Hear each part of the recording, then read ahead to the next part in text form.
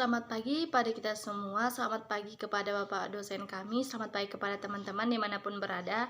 Kami di sini akan mempresentasikan hasil dari diskusi kami, yaitu membuat PPT dari sebuah jurnal yang berjudul Surat Kabar dan Perkembangan Teknologi. Sebelum kami mempresentasikan materi kami akan memperkenalkan diri kami terlebih dahulu. Perkenalkan, nama saya Faniwari Purba, NPM 19010102016, dan juga teman-teman saya yaitu Cindy Sipayung, Elizabeth Ambarita, Debbie Echa Yohana Tarigan, beserta Veronica Saragi. Baiklah, kami akan memaparkan materi kami. Yang pertama, pendahuluan dipaparkan oleh Elizabeth Ambarita. Terima kasih. Baiklah, nama saya Elizabeth Ambarita, NPM 1901010201. Di sini saya akan menjelaskan bagian dari pendahuluan. Surat kabar menjadi salah satu media massa yang memiliki sejarah cukup panjang dalam sejarah umat manusia. Sejak ditemukannya mesin cetak oleh Gutenberg, perkembangan teknologi sangat mempengaruhi kehidupan surat kabar. Surat kabar adalah salah satu media komunikasi massa yang masih cukup menarik untuk dikaji. Dahulu, koran atau surat kabar menjadi salah satu primadona yang paling berpengaruh dalam penyebaran informasi di seluruh dunia. Namun, saat ini seiring telah masuknya era revolusi industri 4.0, maka digitalisasi media telah melanda seluruh dunia, serta surat kabar sudah banyak beralih ke media digital. Pengkajian komunikasi dan teknologi tumbuh dan berkembang selama 1980-an. Ketika jumlah dan ragam teknologi baru yang terus bertambah menjadi tersedia bagi khalayak secara luas. Sejak tahun 1960-an dan 1970-an, setiap survei menunjukkan bahwa kebanyakan orang Amerika mendapat berita pertama dari televisi dan radio mobil. Dan beberapa tahun silam, genderang kematian surat kabar seolah-olah sudah menggema. Ternyata kematian surat kabar itu tampaknya batal terjadi karena bisnis surat kabar tiba-tiba bangkit kembali di hampir seluruh kawasan di planet ini, kecuali Amerika Utara. Itulah hasil satu studi yang disampaikan pada konferensi ke-60 Asosiasi Surat Kabar Dunia atau disingkat WAN dan sidang ke-14 Forum Editor Dunia atau disingkat WEF di Cape Town. Konferensi yang dihadiri setidaknya 1.600 editor dan eksekutif media dari seluruh dunia itu. Malah melahirkan optimisme baru, yakni selagi industri surat kabar mampu menggabungkan kegiatan operasi cetak dan daring untuk memompa dinamisme dan menarik minat pembaca, selama itu pula surat kabar akan tetap berkibar. Yang pertama itu surat kabar. Menurut AG, secara kontemporer surat kabar atau media memiliki 3 fungsi utama, yaitu to inform, to comment, to provide, dan memiliki 3 fungsi sekunder, yaitu untuk kampanye proyek-proyek yang bersifat kemasyarakatan yang sangat diperlukan untuk membantu kondisi-kondisi tertentu, memberikan hiburan kepada pembaca, melayani pembaca sebagai konselor yang ramah, menjadi agen informasi dan memperjuangkan hak. Karakteristik surat kabar sebagai media massa mencakup yang pertama publisitas, yakni penyebaran pada publik atau khalayak. Yang kedua periodisitas, yakni menunjuk pada keteraturan terbitnya, bisa dalam bentuk harian atau bisa dalam bentuk mingguan. Yang ketiga itu universalitas, yakni menunjuk pada kesemestaan, isinya yang beraneka ragam dan dari seluruh dunia. Yang keempat, aktualitas, yakni menunjuk pada kekinian atau terbaru dan masih hangat. Dan yang kelima, terdokumentasikan, yakni berita-berita dan informasi-informasi yang terhimpun dalam bentuk artikel dapat diambil dan diarsipkan oleh berbagai instansi yang membutuhkan. Kategori surat kabar dapat dilihat dari ruang lingkup, yaitu ruang lingkup yang pertama surat kabar lokal yang contohnya Tribun Jabar, Bandung, dan Jabar. Yang kedua surat kabar regional contohnya Pikiran Rakyat atau Jawa Barat. Yang ketiga surat kabar nasional contohnya Kompas. Kategori surat kabar dilihat dari bentuknya, yaitu surat kabar biasa dan surat kabar tabloid yang misalnya itu adalah bola. Kategori surat kabar dilihat dari bahasa yang digunakan, yaitu bahasa yang pertama itu bahasa Indonesia, bahasa yang kedua bahasa Inggris, dan bahasa yang ketiga itu bahasa daerah. Sekian penjelasan dari saya, terima kasih. Baiklah, saya Cindy Anita Sipayung, NPM 1901010213. Saya akan melanjutkan pemaparan dari teman saya sebelumnya. Mainstream media, new media, dan perkembangan teknologi. Komunikasi adalah istilah mainstream media atau terkadang disingkat dengan MSM. Diciptakan untuk membantu memetakan lanskap media yang terus berubah. Walaupun istilah ini agak elastis, ia biasanya dipakai untuk membedakan media tradisional dengan media yang baru. Dari segi kepemilikan, perusahaan media besar misalnya Times Warner, Viacom, Disney, dan sejenisnya adalah MSM. Istilah MSM juga membedakan platform berbasis teknologi. Sedangkan new media berawal dari inovasi. Sekarang, inovasi di luar mainstream mencakup kategori yang luas, terkadang tidak jelas seperti media alternatif atau cyber media, atau media yang menggunakan teknologi internet ataupun teknologi digital untuk operasionalnya. Media bawah tanah atau underground, dan media teknologi tinggi atau high tech. Selanjutnya, media panas atau hot media dan media dingin atau cool media. Media panas adalah media yang tidak menuntut perhatian besar dari pendengar, pembaca atau penonton atau audiens. Media bersangkutan. Menurut MC Luhan dalam Morrison 2014, media panas merupakan komunikasi definisi tinggi atau high definition communication yang menyediakan data sensoris lengkap yang dapat diterima indera manusia. Dalam menggunakan media ini, audiens tidak dituntut untuk menggunakan daya imajinasinya, atau dengan kata lain, sangat sedikit sekali daya imajinasi yang dibutuhkan. Dengan demikian, partisipasi audiens dalam media panas sangatlah rendah karena makna dari informasi yang diterima audiens sudah sangat jelas dan lengkap. Sedangkan media dingin merupakan media definisi rendah yang membutuhkan partisipasi audiens yang cukup besar. Dengan kata lain, media dingin merupakan komunikasi definisi rendah yang menuntut partisipasi aktif dari penonton, pendengar, atau pembaca.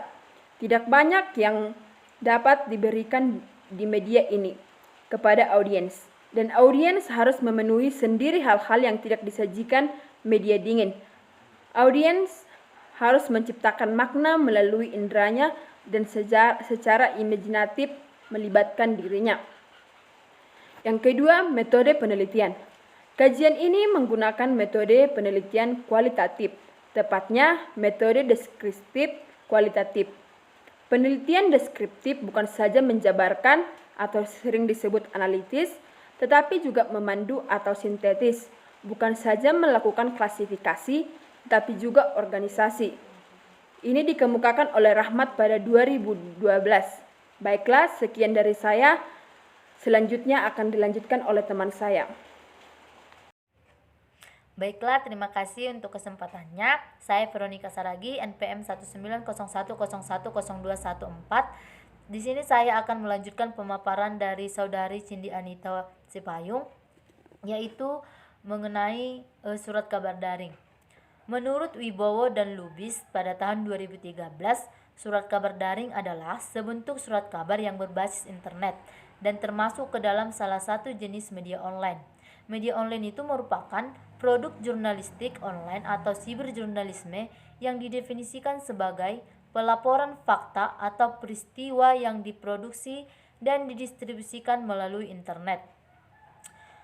Surat kabar daring ini memiliki dua jenis. Yang pertama adalah surat kabar daring, yang kedua surat kabar hibrid.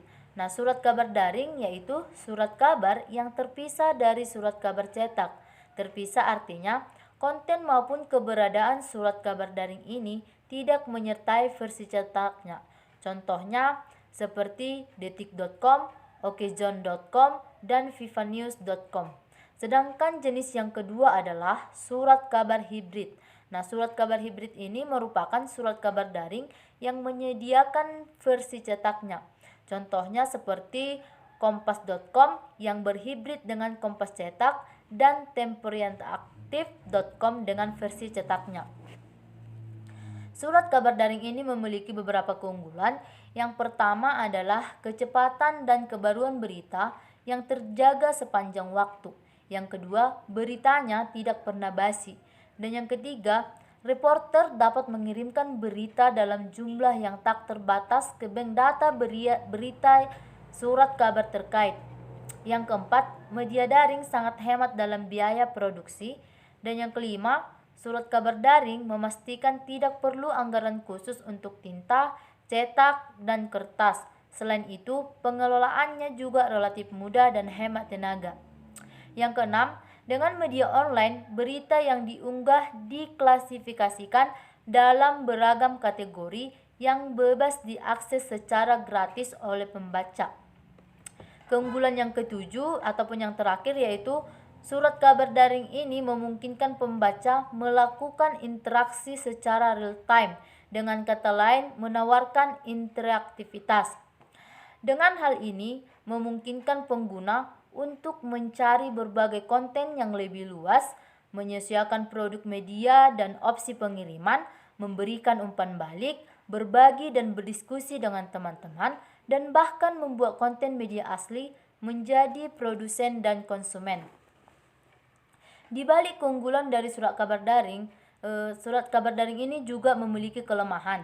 Yang pertama itu adalah seringkali mengabaikan prinsip-prinsip jurnalisme yang lain seperti akurasi, faktualitas, objektivitas, dan etika jurnalistik. Kelemahan yang kedua yaitu kemudahan untuk mengakses surat kabar daring masih terbatas bagi sebagian kalangan, terutama kalangan menengah atas, perkotaan, dan mahasiswa. Sedangkan kelemahan yang ketiga yaitu kondisi sosial, ekonomi, dan demografi Indonesia belum memungkinkan seluruh lapisan masyarakat memiliki akses yang setara terhadap berita daring. Sedangkan kelemahan yang terakhir ataupun yang keempat, jika tingkat literasi media dan internet masyarakat masih rendah, surat kabar daring ini dapat dengan mudah dijadikan sebagai corong dan medium propaganda dari sang pemilik untuk memfasilitasi kepentingan-kepentingan pribadinya. Demikian pemaparan dari saya. Selanjutnya akan dipaparkan oleh Saudari Fani Waripulba. Terima kasih. Baiklah, di sini saya akan melanjutkan pemaparan dari teman saya Veronica Saragi, yaitu proses dan teknik produksi surat kabar seiring berkembangnya teknologi. Kita tahu bahwa seiring berjalannya waktu, segala sesuatunya itu pasti lebih praktis dan simpel. Sama halnya dengan surat kabar, yaitu seiring berkembangnya teknologi, 500 tahun setelah peristiwa Gutenberg, cara-cara untuk mencetak tinta di atas kertas dengan cepat mulai ditemukan. Proses printing atau percetakan untuk ilustrasi mengalami perkembangan yang cukup signifikan pula di akhir tahun 1890-an. Awalnya dibutuhkan ukiran atau cetakan kayu atau metal piringan master. Namun kemudian ditemukan litografi yang bisa mempercepat proses percetakan. Setelah Perang Dunia Kedua, offset printing diperkenalkan dan diproduksi. Teknologi ini bisa meningkatkan kualitas kecepatan percetakan dan ekonomis dari segi biaya. Komputerisasi membawa pengaruh yang sangat signifikan pula bagi media cetak. Komputer menggantikan keberadaan mesin ketik dengan mengubah teks menjadi film fotografis dan cetakan metal. Komputerisasi menyederhanakan proses percetakan. Begitu pula digitalisasi atau digitizing dari foto sehingga bisa diedit dari hasil pengerjaan lebih cepat dan lebih murah, atau lebih lagi ada software pagination. Kini muncul pula teknologi scanners yang dapat mendigitalis foto dengan lebih murah. Teknologi lain adalah keberadaan mesin fotokopi. Ini lebih efisien karena biaya yang perlu dikeluarkan lebih murah dibandingkan dengan biaya untuk mencetak cetakan pertama. Lebih banyak fotokopi lebih murah. Salah satunya dengan menggunakan kualitas kertas yang lebih murah dibandingkan yang asli. Laser printing dengan kecepatan tinggi dapat menghasilkan gambar dan cetakan yang kualitasnya sangat baik. Jadi setiap insan di dunia ini pasti akan mencari sesuatu yang lebih simpel, lebih murah, dan lebih praktis untuk digunakan. Dampak munculnya surat kabar daring dan konten berita daring terhadap surat kabar cetak. Kalau kita membaca surat kabar cetak biasa, maka beritanya statis dan tidak dapat berubah. Hanya harian Kompas yang agak cerdik dengan ide originalnya tentang Kompas Rp1.000.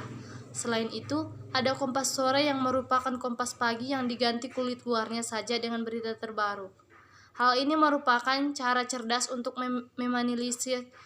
meminimalisasi jumlah korban yang tidak laku terjual. Selain itu, membaca dan berpartisipasi dalam surat kabar daring cukup praktis. Hanya membutuhkan akses internet, namun pengguna situs yang dipersonalisasi atau biasa nama panggilan dan perjanjian untuk mematuhi aturan posting situs. Keunggulan lainnya ialah reporter dapat mengirim artikel berapa banyak pun dalam sehari. Tentu tidak semua artikel akan diterima, karena itu sepenuhnya wewenang redaksi. Sayangnya, kebanyakan berita yang masuk masih berasal dari dalam negeri. Lain menghemat biaya produksi, surat kabar daring juga lebih efektif dalam menyampaikan informasi, karena banyaknya pilihan berita dengan beragam kategori yang bebas diakses secara gratis oleh konsumen. Perusahaan surat kabar perlu membangun hubungan yang realistis dan menguntungkan dengan situs berita portal. Jika perusahaan surat kabar memilih dan berkolaborasi dengan situs portal berita, model bisnis yang bersifat simbiosis mutualisme untuk hubungan jangka panjang besar kemungkinan akan tercipta. Karena situs portal berita mendatangkan pengunjung atau dalam hal ini halayak pengakses situs dan situs surat kabar penghasilan konten. Menurut Yang dan Chill tahun 2011. Baiklah, akan dilanjutkan oleh Debbie Echa Yohana Tarigan. Perkenalkan, nama saya Debbie Echa Yohana Tarigan. Di sini saya akan melanjutkan presentasi kami, yang dimana surat kabar daring di Indonesia. 4 fungsi utama media massa ada 4, yakni pengawasan, korelasi sosial, sosialisasi, dan juga hiburan, di mana menuntut keluasan ruang kebebasan berekspresi. Sebelum reformasi bergulir, kebebasan ini terpasang sedemikian rupa hingga fungsi pengawasan lingkungan dan juga mencakup pengawasan terhadap pemerintahan tidak berjalan sebagaimana mestinya. Kini masyarakat Indonesia cenderung beralih pada berita berbasis web, karena surat kabar daring lebih murah serta menyajikan informasi yang lebih real time. Sedangkan informasi peristiwa yang bisa didapat dari koran baru bisa dibaca minimal sehari setelah peristiwa tersebut berlangsung. Berdasarkan penelitian, faktor usia pun menjadi salah satu pemicu mengapa berita di website lebih banyak penggunanya daripada surat kabar biasanya. Generasi muda lebih menyukai media online yang terlihat lebih modern dibandingkan media cetak yang dipilih oleh generasi tua. Kecepatan dan daya jangkau internet yang dapat menembus ruang dan waktu juga menjadi salah satu keunggulan surat kabar daring yang menuntun mewarnai perkembangan surat kabar daring di Indonesia. Nah, salah satu isu utama yang terkait dengan internet adalah globalisasi yang cepat, di mana globalisasi tersebut dapat menyebarkan budaya luar yang positif ataupun yang negatif di Indonesia. Internet telah memperkenalkan kehalusan baru pada sederet informasi global. Nah, tetapi hubungan lintas batas jelas tumbuh lebih lambat daripada interaksi lokal dan internasional. Di banyak bidang, industri surat kabar juga berpotensi mematikan industri surat kabar konvensional. Nah, di mana sekarang surat kabar konvensional harus mampu mempertahankan konsumennya agar tetap loyal, atau mengembangkan model bisnis media baru yang bekerja sama dengan situs portal berita. Nah, tetapi bagi masyarakat yang sudah menganggap bahwa surat kabar cetak sudah merupakan sebuah habitat atau kebiasaan, maka mengonsumsi surat kabar konvensional memiliki kenikmatan tersendiri dibandingkan dengan membaca surat kabar daring. Nah, kita masuk di kesimpulan presentasi hari ini, yakni surat kabar daring maupun konten-konten berita memang amat bermanfaat karena menyajikan akses informasi yang cepat, akurat, dan juga dinamis. Namun hal tersebut terjadi karena kehadiran internet serta kemajuan teknologi informasi dan komunikasi sejak awal milenium baru. Dan kini, kita semua dapat mengkonsumsi informasi dari berbagai penjuru dunia melalui smartphone atau PC masing-masing tanpa mengeluarkan biaya yang banyak. Nah, di sisi lain, industri surat kabar ini juga berpotensi mematikan industri surat kabar konvensional. Jadi, surat kabar cetak sudah menjadi kebiasaan, mengkonsumsi surat kabar konvensional menikmati kenikmatan tersendiri dibandingkan dengan membaca surat kabar daring. Nah, saran daripada presentasi hari ini adalah riset serta kajian-kajian yang bersinggungan dengan media konvensional atau mainstream dan media baru selalu menarik untuk diteliti dan dikaji. Misalnya institusinya, medianya, kepemilikannya, manajemennya, dan bahkan khalayak yang mengkonsumsi media tersebut. Jadi alangkah baiknya jika ada kajian-kajian atau riset yang membahas dan mengupas tentang media konvensional dengan media baru hingga bagaimana dampak kehadirannya, konvergensi media dan strategi pembelajaran. Media baru juga dapat menarik dan terus diteliti serta dikaji, karena teknologi hasil masih akan sangat berkembang dengan cepat dari waktu ke waktu. Sekian yang dapat saya paparkan, saya kembalikan kepada moderator. Baiklah, demikian hasil dari diskusi kelompok kami. Jika ada kesalahan, kami minta maaf. Terima kasih.